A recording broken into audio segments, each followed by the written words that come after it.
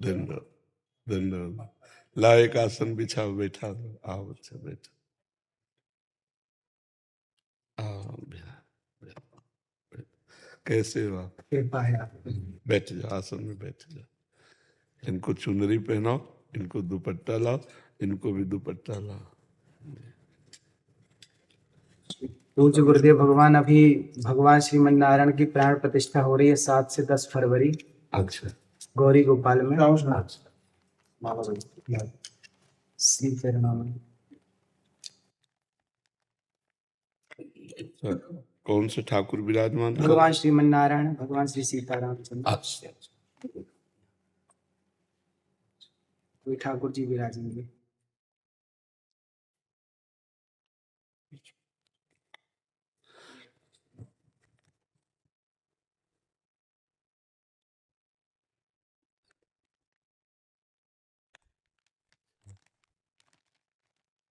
ये हमारे लिए लाया? जी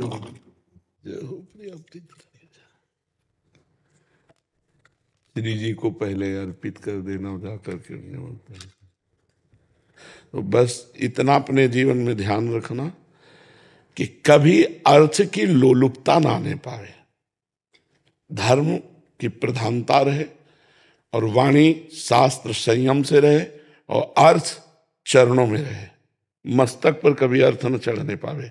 अर्थ नहीं, मस्तक तो सिर्फ भगवान के लिए है, अर्थ चरणों में, मस्तक पर भगवान और वाणी में शास्त्र सम्मानित शब्द, तो सदैव विजयी रहोगे। जहां कहीं हमारे अंदर अर्थ की प्रधानता आ जाएगी, दिमाग अर्थमय हो जाएगा, वहां हम हार जाएंगे। संसार में अर्थ ही सब कुछ नहीं होता, एक प्रतिष्ठा भी होती है। तो आप अपने पीछे भी जैसे आए थे तो आपको यही कहा था कि बहुत सावधान, क्योंकि अगर 100 लोग आपको प्रणाम करने वाले हैं तो 5 आपको गिराने वाले भी हैं। उन 5 के सामर्थ्य आप तक ना पहुंच पाए, इसलिए अर्थ प्रधानता मत रखना, सदैव धर्म का आश्रय रखना और वाणी से शास्त्र सम्मत, जो शास्त्र सम्मत नहीं थे, जैसे हमसे कोई पूछा तो हम कहते थे हमको ज्ञान नहीं, हमने संतों से सुना है, जो शास्त्र से पढ़ा है वो हम आपको बता देते, जो नहीं पढ़ा हमें नहीं ज्ञान है। बस भगवत प्राप्ति की चर्चा कीजिए। जैसे कोई प्रश्न करता है तो ऐसे जरूरी नहीं कि हर प्रश्न का उत्तर हम दे दें। निमि जी महाराज नवयोगीश्वरों से प्रश्न करते हैं कर्म के विषय में और कहते हैं यही प्रश्न हमने सनकादि से किया था, उन्होंने उत्तर क्यों नहीं दिया था? तब निमि जी को नवयोगीश्वरों में योगीश्वर बोलते हैं उस समय आपकी बाल्यावस्था थी, आप अनाधिकारी थे, इसलिए सनकादि ने आपको उत्तर नहीं दिया। तो जरूरी नहीं कि अनाधिकारी को उत्तर दिया जाए। अगर अनाधिकारी अनाधिकारी है तो मौन, हम असमर्थ हैं आपके प्रश्न के उत्तर। दूसरा प्रश्न कीजिए। कहीं भी निमंत्रण हो, कहीं भी आपको बुलावा हो, पहले देखो कि मुझे यहाँ जाने से धर्म प्रतिष्ठा इस पे आंच तो नहीं आएगी। अगर आंच आ रही तो बिल्कुल ना। अगर हमारे धर्म की प्रतिष्ठा हो रही है और हमारे समाज इस बात को प्रशंसा करेगी तो हम जाएंगे, अन्यथा नहीं जाएंगे।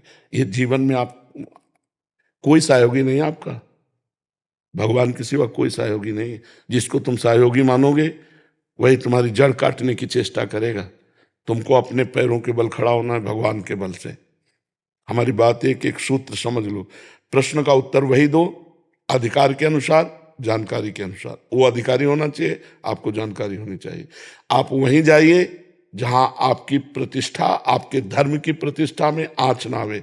अर्थ उतना भावना कीजिए जितने से सेवा सामग्री सब सुरक्षित चलती रहे, वो भगवान देते रहते हैं। उसके लिए ऐसे करने की जरूरत नहीं।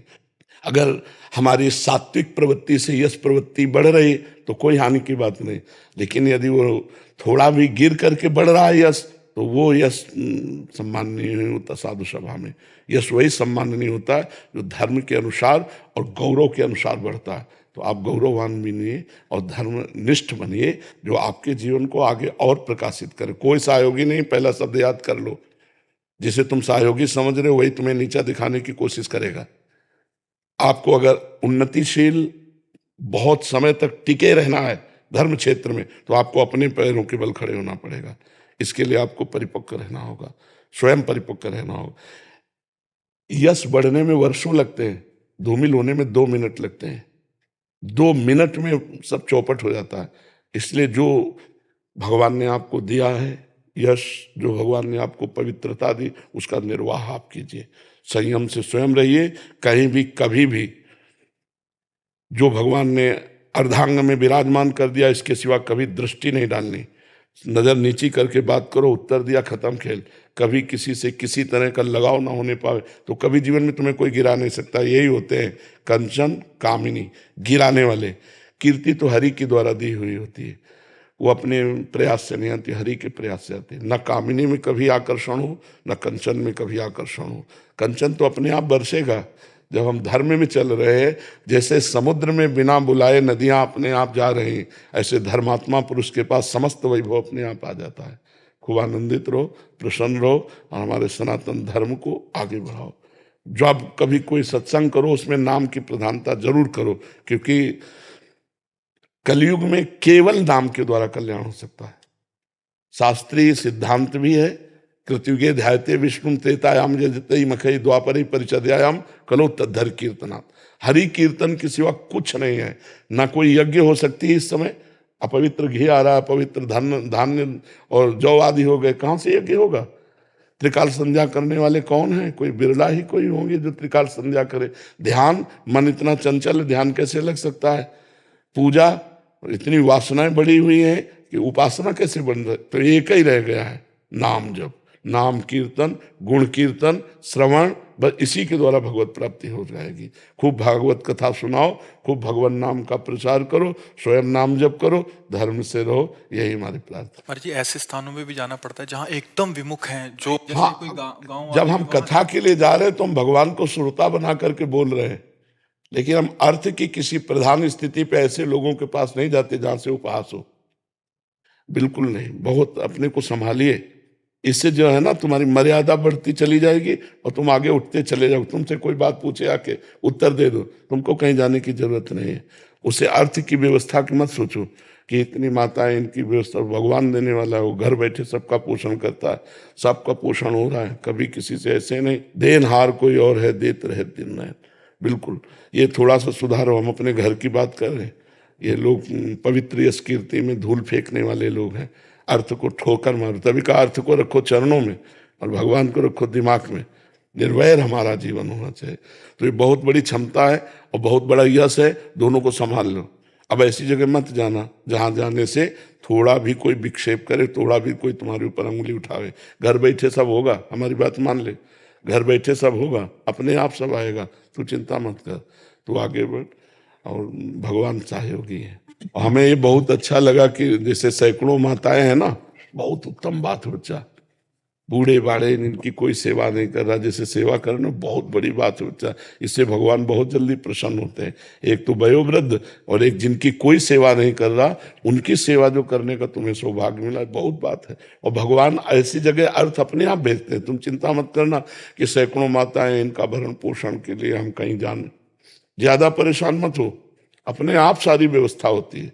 जो धर्म से चलता है, परोपकार करता है, जो भगवान का यश गाता है, अपने आप व्यवस्था होती है। तुम उसकी चिंता मत करना, तुम अपनी निष्ठा पे रहो। और स्वयं संध्या करते हो, गायत्री जप करते हो? हाँ, स्वयं करना, कम से कम 2 बार की संध्या तो करना ही। और कुछ मंत्र गायत्री के जरूर जपना, क्योंकि उसके द्वारा बुद्धि प्रकाशित होती है। शास्त्र सम्मत ज्ञान जो होता है ना, वही लोगों को आकर्षित करता है। तो गायत्री माता भगवान श्री कृष्ण का ही स्वरूप है। तो श्रीमद् भागवत श्री कृष्ण का वांग्मय स्वरूप है। तो गायत्री की कृपा से भागवत में प्रवीणता आएगी। तो दोनों काल सूर्य को अर्घदान करना और गायत्री जप करना और मुद्राओं के द्वारा संध्या को पुष्ट करना। सुमुखम संपुटम च विविततम विस्ततम आता है, सुमुखम संपुटम च विविततम, ये तो प्रारंभ में सिखाया जाता है। तो गायत्री मुद्रा के साथ गायत्री का जप निश्चित, इससे आप सुरक्षित बने रहेंगे। गायत्री देवी बुद्धि को प्रकाश करने वाली है। ठीक है बच्चा? कल रात्रि को गुरु जी सुबह स्वप्न में भगवान श्रीमन नारायण का ठाकुर जी विराजे थे मंदिर में, और स्वप्न में भगवान जी के पास जाना हुआ। भगवान जी मंदिर से बाहर आए और गोद में आकर के बैठ गए। ये स्वप्न जब से मैंने देखा तो बस दिन रात वही चलता। हाँ, बहुत कृपा है। ऐसा लगता भगवान जी ने कहा कि हमें खीर और कढ़ी खिलाओ। जी। तो ठाकुर जी अभी भगवान जी विराजेंगे ना, जी। तो मैंने बोला कि सबसे पहले ठाकुर जी को वही भोग लगाएंगे। नहीं, पवित्र हृदय में भगवान का प्रकाश होता रहता है। आप बहुत पवित्र हृदय वाले हो, बहुत सावधानी से बस चलते रहो, क्योंकि ये बात हमारी पकड़ लेना, कोई तुम्हारा साथी नहीं है, भगवान के सिवा कोई साथी नहीं है। अपने आप को सुरक्षित रखने के लिए बस सावधानी रखो, निष्कलंक जीवन व्यतीत होना चाहिए। ठीक है, धन्यवाद।